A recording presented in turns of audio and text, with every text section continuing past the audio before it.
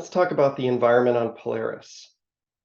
We control the environment on Polaris similarly to Theta. So if you've used our previous machines, you'll be familiar with the module environment. The module environment just allows us to create short scripts that allows us to add software to your environment paths, like your LD library path and your path environment variables, so that those software can be used in an easy way. You can load them, you can unload them. There are multiple modules you can add together and use together. Things like MPI plus the NVIDIA CUDA toolkits. So you can add those to your environment. You can remove them as you need to. And so we're going to go over that really quick. So if we type in module list, you can see I'm on a Polaris login node. You'll see all the modules that are currently loaded in your environment. Things like MPitch for MPI.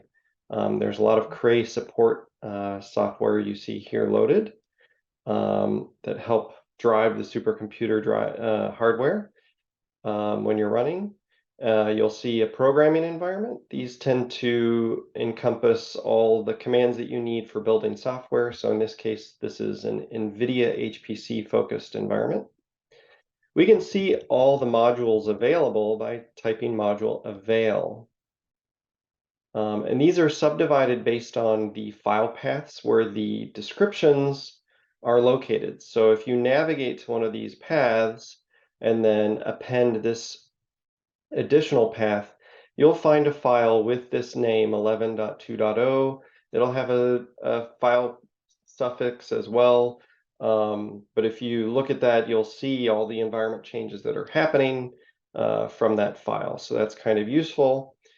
Here you can see Cray MPitch. You can see Cray's HDF5 parallel.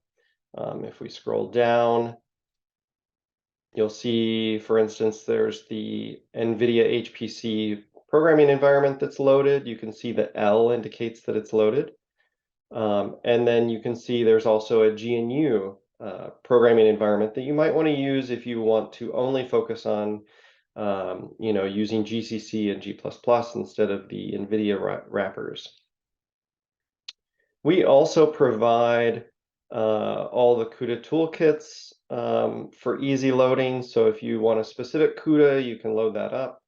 You might just be aware that other things that are compiled with CUDA that are in these modules may not, combine well. So just be aware of that limitation when you're playing around with these modules.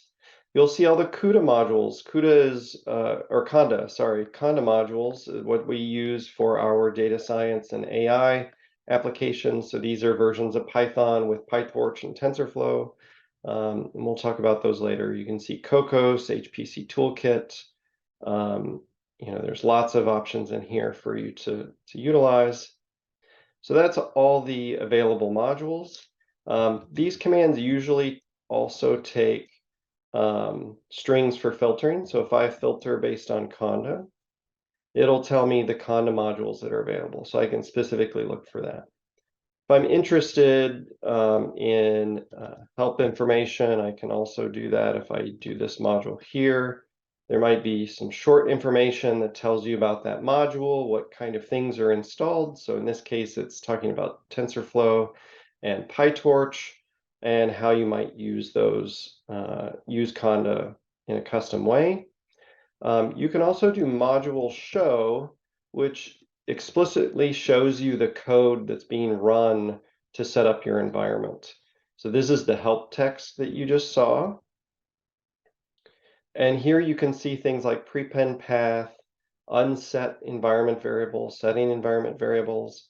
So you can see explicitly what's being set by this module in your environment. Now, let's say you want to load.